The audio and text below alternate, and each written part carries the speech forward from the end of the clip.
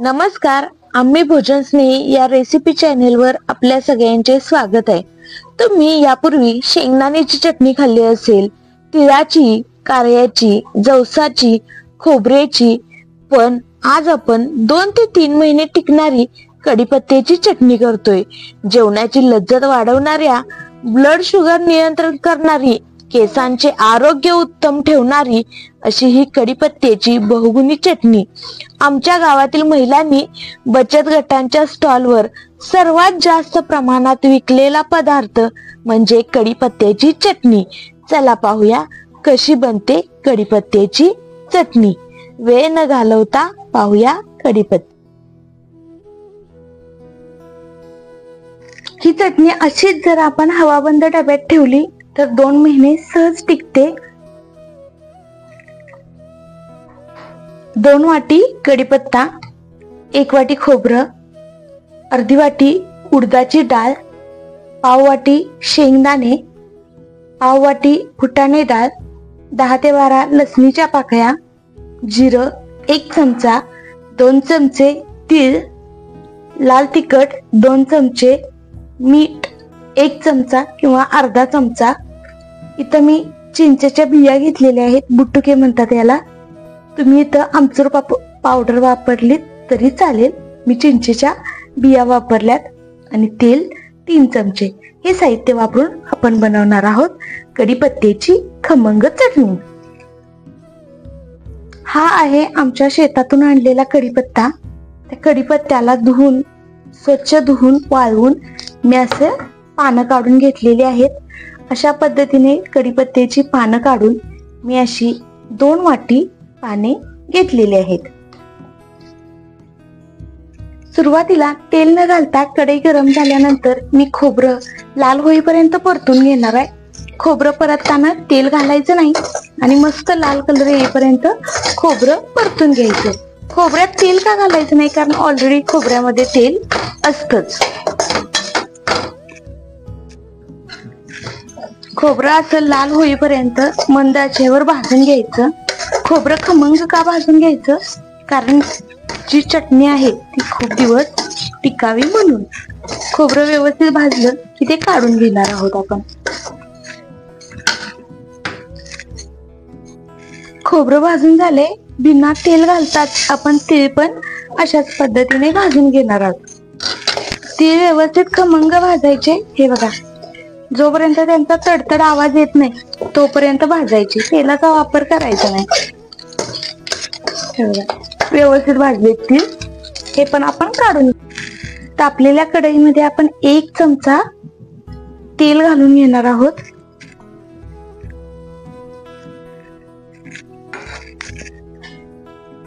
त्यामध्ये आपण उडदाची डाळ भाजून घेणार आहोत.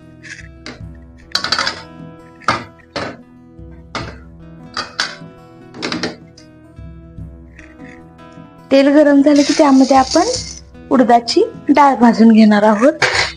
गॅस कमी जास्त करत मी ही डाळ खरपूस भाजून घेणार आहे. म्हणजे खमंग भाजायची, थोडीशी लाल पडेपर्यंत भाजायची. मी गॅस बारीक करणार आहे. उडदाची डाळ मी तेलात घातले.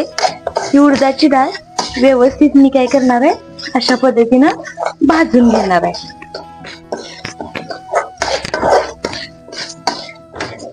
छान फुलते बघा. आता ही मी लाल पडेपर्यंत भाजून घेणार आहे.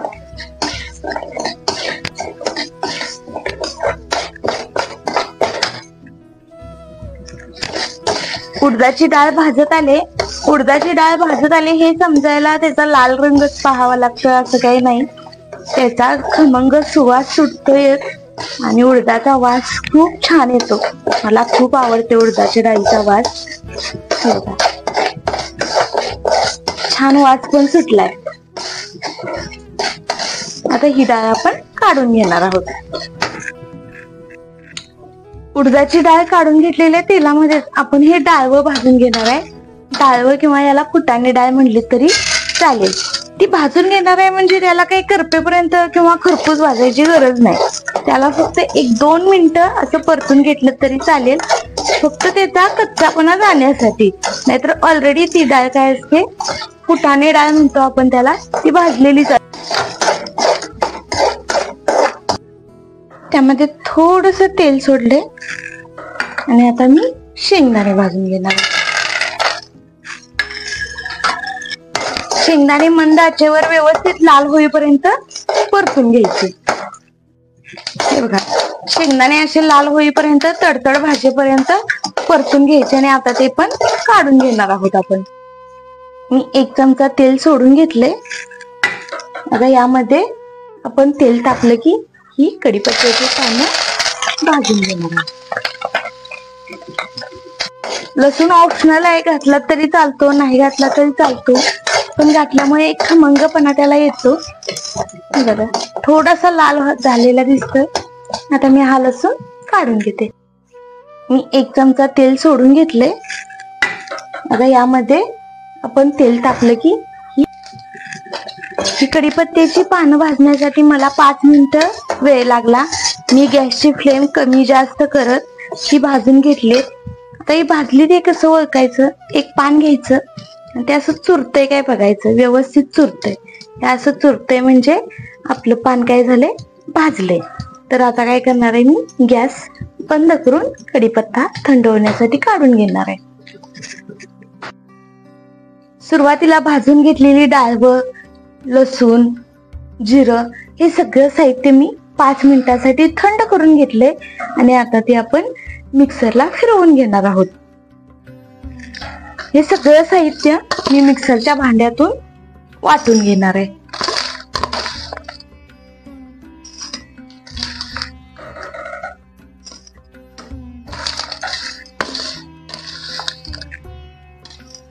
हे मी 2 टप्प्यामध्ये वाटून घेणार आहे.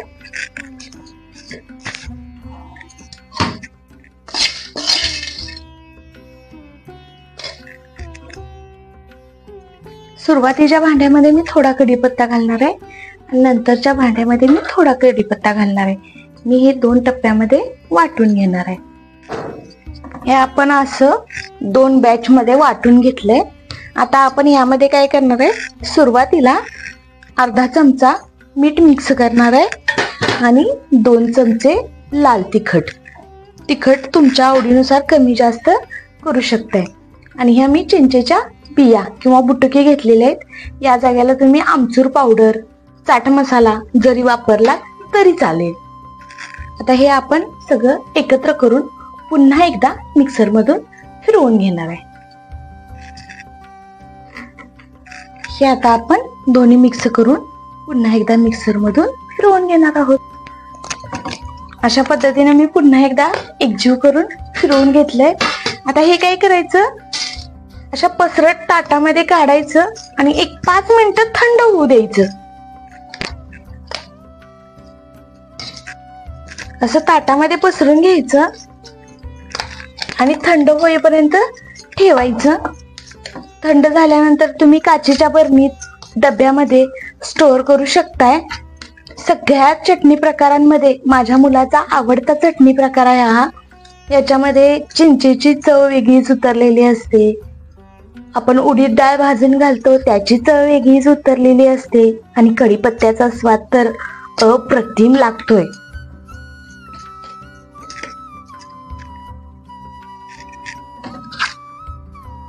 तयार आहे आपली कढीपत्त्याची चटणी.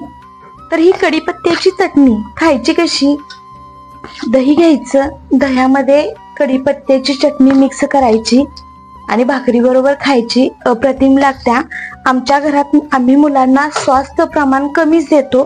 तर त्या सॉस ऐवजी चपाती, पुरी किंवा पोळी, भाकरी याला काय करतो, दही लावतो आणि दह्यावरती ही चटणी पसरवतो आणि त्यांना भाकरीचा किंवा चपातीचा रोल म्हणून देतो.